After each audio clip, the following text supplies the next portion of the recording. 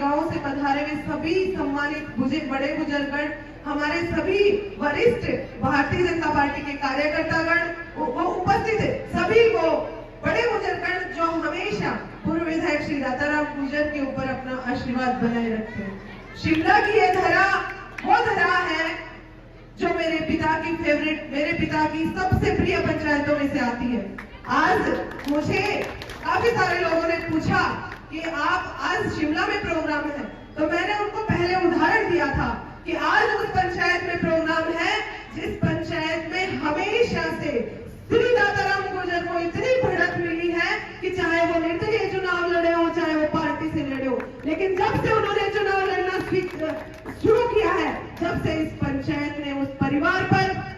स्वर्गीय मालाराम जी के उस परिवार पर, दाताराम जी के ऊपर अपना आशीष हमेशा बनाए रखा। और आपका ये आशीर्वाद इस बेटी पर भी हमेशा बनाए हुए हैं आप लोग, क्योंकि जब पिछली बार मैं प्रधान बनी थी तब भी शिमला की बहुत बड़ी भूमिका थी, और इस बार भी प्रधान बने हूं तब भी शिमला की बहुत बड़ी भूमिका है। इसलिए मेरा ये शीश आपके चरणों में सदैव झुकता रहेगा, हमेशा झुकता रहेगा। और आपकी ये बेटी आपसे वादा करती है होली चौक के ग्राउंड में कि जब जब भी शिमला के एक एक व्यक्ति को इस बेटी की जरूरत पड़ेगी, इन मातृशक्ति को इस बेटी की जरूरत पड़ेगी, तो ये बेटी अपनी आत्मा निकाल के आपके सामने रख देगी। मैं प्रधान बनी थी, जब मेरे पिता ने एक बात कही थी कि बेटा प्रधान बनने के लिए हाथ जब करना जब आप कार्य कर सकती हो, जब आप अपना कार्य खुद कर सकती हो, क्योंकि आप चाहोगी कि मैं तुम्हारे काम करता रहूं, मैं पीछे से साइन करता रहूं या मैं कुर्सी पे बैठूं, ऐसा संभव नहीं है। तब तो हाँ करना। मैंने उस टाइम में, मुझे राजनीति का ज्यादा अनुभव नहीं था, सिर्फ देखा था, लोग गांव से लोग मिलने जाया करते थे तो उनकी पीड़ा समझ में आती थी, क्योंकि जन्म ऐसे परिवार में हुआ था जो सेवा करता आया है। लेकिन मैंने ये कोशिश की,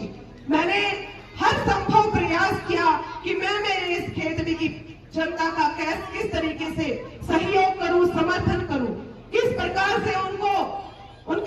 उन विकास कार्यों को करवाऊं जो मेरे दादाजी ने अधूरे छोड़े थे, जो मेरे पिता का हमेशा से सपना रहा है कि खेतड़ी के हर गांव और ढाणी का विकास हो। मैंने हर संभव प्रयास किया कि मैं मेरी इस जनता की सेवा करूं, या कभी कोई खेतड़ी का एक भी जन ऐसे नहीं कह दे कि मनीषा को सीट पे बैठाया था और मनीषा ने अपनी सीट के साथ न्याय नहीं किया। इसलिए मैंने अपने बच्चों को छोड़ा, मैंने अपने बच्चों का बचपन नहीं देखा, सिर्फ आपके लिए, सिर्फ आपकी सेवा करने के लिए, क्योंकि मेरे ध्येय था कि सेवा करूं, मेरे ध्येय था कि मेरे दादाजी ने जो खेतड़ी के लोगों के लिए सपने देखे, मेरे दादाजी ने जो 15 साल 20 साल तक राज में रहे और खेतड़ी की जनता की जो सेवा की है, उस सेवा को मैं किस तरीके से बरकरार रखूं। अगर जिम्मेदारी मेरे कंधों पर आई है, अगर जिम्मेदारी कमान मुझे संभालनी है, तो मैंने अपना संपूर्ण 7 साल का मैंने अपना संपूर्ण टाइम मेरी इस खेतड़ी की जनता पे दिया है। आज मेरी मातृशक्ति बैठी है,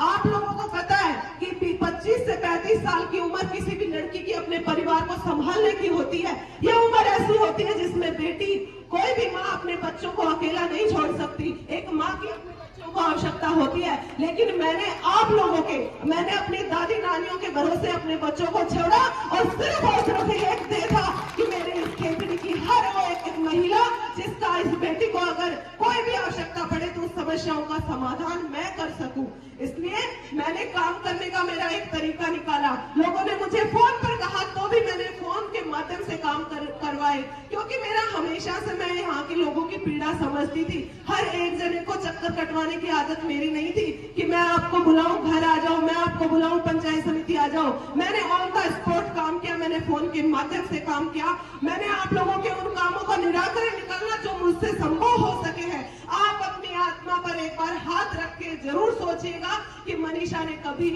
अन्याय नहीं किया है, सिर्फ न्याय करने की कोशिश करी है। और आज इस बेटी का वही वादा आप लोगों से फिर से है कि जब तक सीने में जान है, जब तक इस जीवन में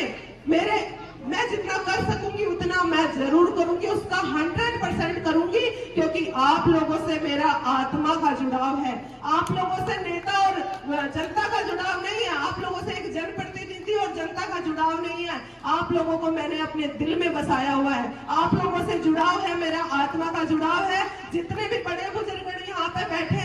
आप लोगों जब मेरे सिर पे आशीर्वाद देते हैं, जब आप मेरे को सिर के ऊपर जैसे ही हाथ रखते हैं, तो मुझे स्वर्गीय मालाराम जी की याद आती है कि ये आशीर्वाद मुझे उनसे प्राप्त हो रहा है। और मैं हर एक बड़े बुजुर्ग के चेहरे पर और उनके आशीष में हमेशा अपने दादा को देखा है, और उन्हें दादा की सौगंध खाकर कहती हूँ कि जब तक आप लोगों को मेरी जरूरत पड़ेगी, जब भी मैं विकास के मामले में हो, या जब भी इस बेटी का जब आप लोगों को सहयोग की आवश्यकता होगी, तो मैं जी और जान लगा दूंगी, लेकिन आप लोगों को पीड़ा नहीं होने दूंगी।